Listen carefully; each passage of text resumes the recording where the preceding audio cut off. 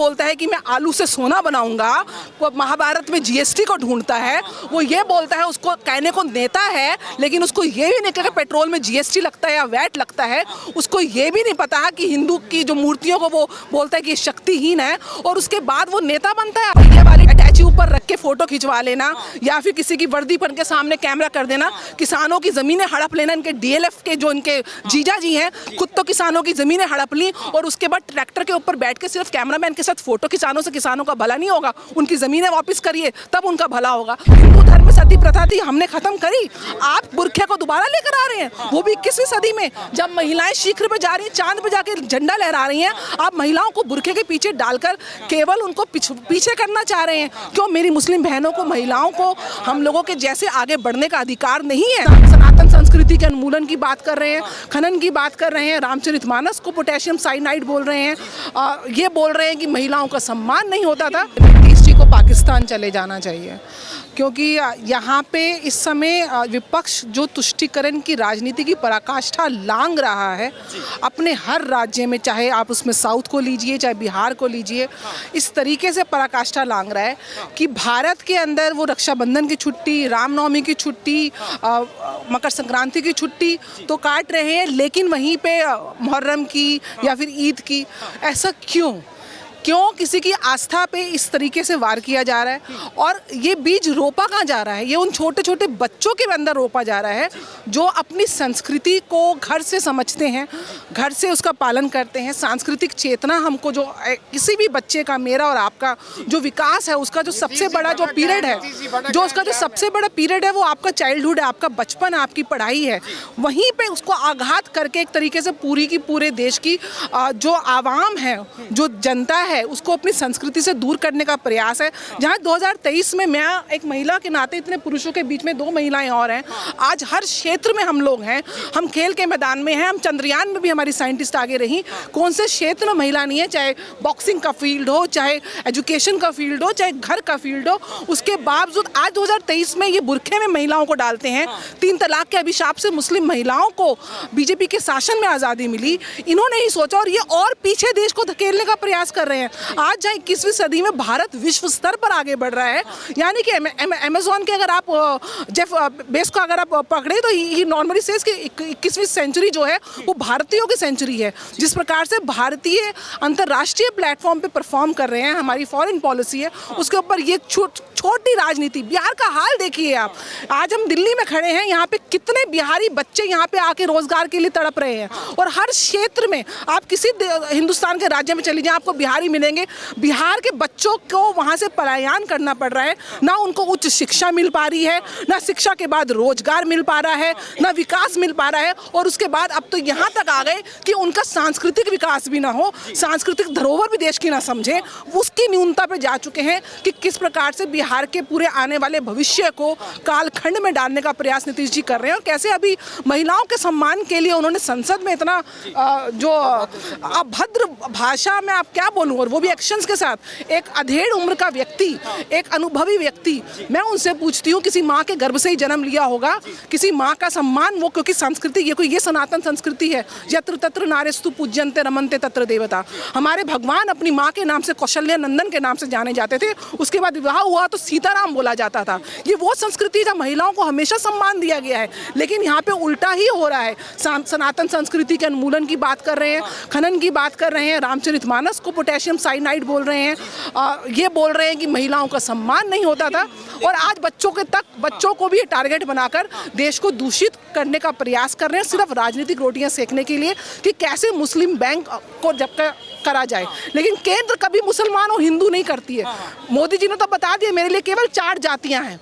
व्यक्तिगत रूप से आप अगर आप शास्त्र को पढ़ेंगे, जाति जो ब्राह्मण, क्षत्रिय, शूद्र और वैश्य जाति नहीं है, गुण धर्म है। आपके कर्म के आधार पर अगर किसी को लोहार बोला जाता था क्योंकि वो लोहार का काम करता था, कुम्हार था, तो उसके कर्म का, ये जाति नहीं है, ये गुण धर्म है। लेकिन क्योंकि अंग्रेजों ने और मुगलों ने आपको बांटा, आज वही डिवाइड एंड रूल पॉलिसी ये कर रहे हैं, जाति के नाम पे बांट रहे हैं। मोदी मोदी जी के लिए, देश के लिए, मेरे और आपके लिए केवल एक ही जात, 4 जाति उन्होंने बता दी है, महिलाएं, युवा, किसान और जो गरीब है। उसके बावजूद ये धर्म की राजनीति कर रहे हैं। आपके और मेरे बीच में दिवाली में अली है, रमजान में राम है, कोई यहाँ पे हिंदू है ना मुसलमान है, सब भारतीय हैं, सब इंसान हैं। इंसानियत की जाति को बांटने का काम विपक्ष करके अपनी राजनीतिक रोटियां सेकने का प्रयास कर रहे हैं। मैम, जो ये क्या समझ में आ रहा है, क्योंकि लगातार ऐसे जब इस्तेमाल किए जाते हैं शब्दों का, जिस तरीके से आपने कहा कि विधानसभा में नीतीश कुमार ने क्या कहा सबने सुना, लेकिन अब इस्लामिक स्टेट बनाने की कोशिश हो रही है क्या, कि हिंदू त्योहारों का कोई महत्व नहीं है, या हिंदू लोग जो बिहार में रहते हैं उनका कोई जो है महत्व नहीं रह गया क्या, बिहार में इस्लामिक स्टेट बन रहा है? यही तो वो प्रयास करने का काम कर रहे हैं। मैंने पहले ही बोला उनको पाकिस्तान भेज दीजिए, क्योंकि इस्लामिक स्टेट तो पाकिस्तान है। यहाँ पे सेक्युलरिज्म, यहाँ पे सब बिना भेदभाव के रहते हैं और मेजॉरिटी हिंदुओं की है। हिंदुओं की अपनी आस्था है अपने धर्म में और हर इंसान को अपनी आस्था का पालन करना है। लेकिन ये बोलूँगी कि 140 करोड़ जनसंख्या के लिए जो सबसे पहला धर्म है वो संविधान है, वो राष्ट्र है, राष्ट्र की एकता है, राष्ट्र की अखंडता है। उसके बाद आपका व्यक्तिगत आस्था जो भी है उसका आप पालन करें, आप किसी के ऊपर थोप नहीं सकते हैं। लेकिन किसी के अंदर भी कोई कुरीतियां हैं उसको तो आप खत्म करेंगे, नहीं खत्म करेंगे। हिंदू धर्म में सती प्रथा थी, हमने खत्म करी, आप बुरखे को दोबारा लेकर आ रहे हैं, वो भी 21वीं सदी में, जब महिलाएं शिखर पे जा रही हैं, चांद पे जाके झंडा लहरा रही हैं। आप महिलाओं को बुरखे के पीछे डालकर केवल उनको पीछे करना चाह रहे हैं। क्यों मेरी मुस्लिम बहनों को, महिलाओं को, हम लोगों के जैसे आगे बढ़ने का अधिकार नहीं है? क्यों मुसलमान भाई बहनों को ये लोग एजुकेशन नहीं देते हैं? क्यों मदरसों में बैठ के केवल एक ही राग जिहाद का लाग लकार करके उनकी मानसिक जो है विकास को रोका जाता है, उनको पनपने नहीं दिया जाता, उनको अपने वो तो जिहाद को उनको तो दिखाया जाता है कि जिहाद करोगे तो जाके जन्नत में जाओगे। अरे जन्नत यही है, यही है जन्नत। लेकिन वो जन्नत की प्राप्ति शिक्षा और अच्छे संस्कारों से मिलेगी। उस शिक्षा और अच्छे संस्कारों का हनन करने का काम नीतीश जी कर रहे हैं। लेकिन हिंदू विरोधी, जैसे कि हमेशा से कहा जाता है कि मुस्लिम विरोधी बीजेपी है, ऐसा इंडी अलायंस महागठबंधन का कहना है, तो क्या हिंदू विरोधी जो है इंडी अलायंस हो चुका है, या जिस तरीके से फैसले लिए जा रहे हैं सनातन को लेकर तमाम कमेंट्स भी नेताओं के द्वारा किया जा रहा है, तो हिंदू विरोधी हो चुकी है क्या? और ऐसे में हिंदू विरोधी को लोग चुनना पसंद करेंगे 2024 चुनाव को लेकर? देखिए, बात हिंदू विरोधी की नहीं है, यहाँ पर बात तुष्टीकरण की है। ये देश को बांटने का काम कर रहे हैं, जो इनके आला कमानों ने किया 1947 में किया, या उससे पहले अंग्रेजों ने किया, क्योंकि औलादे तो वहीं से आई हैं ना, उन्हीं के जीन्स हैं, ये हाइब्रिड ब्रीडें हैं कि कैसे डिवाइड एंड रूल की पॉलिसी फूटो और राज करो।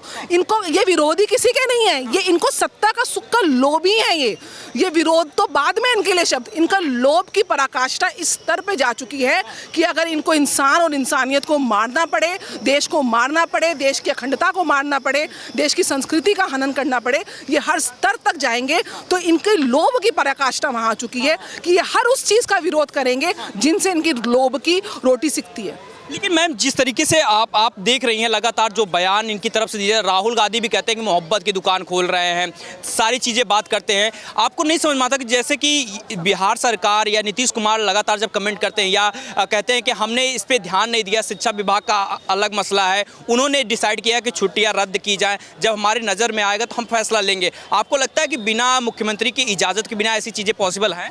देखिए, ये अपने अपने राज्यों में, जैसे मैंने बार बार बोल रही हूँ, बिहार विकास में बहुत पीछे है, क्योंकि उसको नीतीश जी ने, लालू जी ने अपना तो लैंड अगेंस्ट जॉब कर लिया, गायों का चारा, जानवरों का चारा खा लिया, आदमियों का हक छीन लिया। उसके बाद ये सिर्फ अपने परिवार तो बढ़ाए, अपना 9वीं फेल बच्चा भी, शिक्षा की बात करते हैं, 9वीं फेल बच्चा भी आगे मंत्री बना दिया। अब आप यहाँ पे आप देखिए, इनको बोलते हैं कि हमें मूर्ख क्यों बोला। अरे भैया, मूर्ख का अर्थ मूर्ख गाली नहीं है, मूर्ख का अर्थ नादान, बेवकूफ़।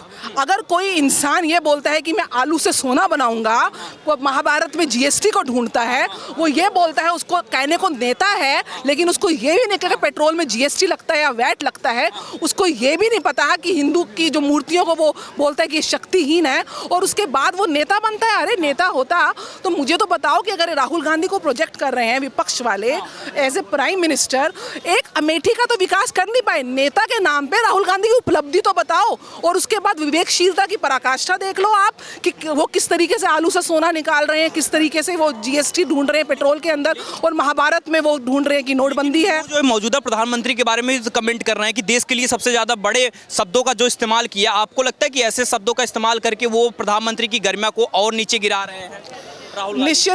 प्रधानमंत्री आपके पिता को अगर कोई गाली दे तो आपके परिवार को गाली दी जाती है। अगर कोई मेरे प्रधानमंत्री को गाली दे तो मेरे देश को गाली दी जाती है।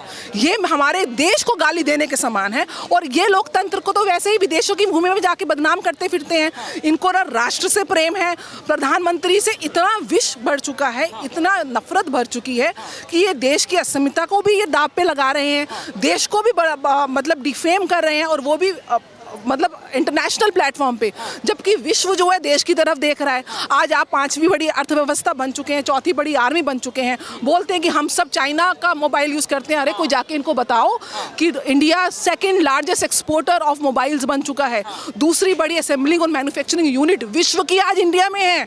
इसके बाद भी आप बोलते हैं कि हम चाइना का मोबाइल यूज़ करते हैं। ऑटोमोबाइल इंडस्ट्री, स्किल डेवलपमेंट, और जिस प्रकार से जो लाभार्थी रहे हैं देश के अंदर पिछले 9 साल में, चाहे कोविड का काल हो, चाहे वैक्सीन हो, चाहे अन्न करना हो, और जो बेनिफिट, डायरेक्ट बेनिफिट प्रोवाइड हो, आपके टाइम पे 100 रुपए चलते थे तो खुद राजीव गांधी जी का बयान है कि 15 रुपए पड़ते थे लाभार्थी पे। आज आपको जनधन योजना के मन से इस बहन को गांव की आखिरी महिला के कर भी एक अकाउंट बन चुका है कि अगर यहाँ से पैसे जाते हैं या लाडली बहन के पैसे जाते हैं तो पूरे के पूरे उनके अकाउंट में जाते हैं। उसके बाद चाहे शौचालय की सुविधा हो, बड़ी बेसिक सुविधा है। अच्छा, उसके बाद हिंदू मुसलमान, अरे क्या कोई शौचालय के बाहर लिखा हुआ है कि हिंदुओं का शौचालय या मुसलमान का शौचालय? क्या जो हमारी हाईवे की रोड्स बन रही हैं, क्या वहाँ पे लिखा हुआ कि हिंदू नहीं चलेगा, मुसलमान नहीं चलेगा? क्या जल से नल पूछता है कि आपकी जाति क्या है? क्या आपसे ये पूछा जाता है कि आवास देने से पहले कि आपकी जाति क्या है? या अगर आप कोई भी सुविधाएं आप करें, या वैक्सीन देने से पहले आपकी जाति पूछी? ये केवल जाति के नाम पे देश को बांटने का प्रयास है। मोदी जी ने बता दिया है देश में केवल 4 जाति हैं, गरीबी, महिला, युवा और किसान, जिसके विकास के लिए देश काम कर रहा है। देखिए, मूर्खों के सरदार जिस तरीके से प्रधानमंत्री नरेंद्र मोदी ने जिक्र किया, राहुल गांधी और कांग्रेस पार्टी ने बड़ा सीरियसली ले लिया।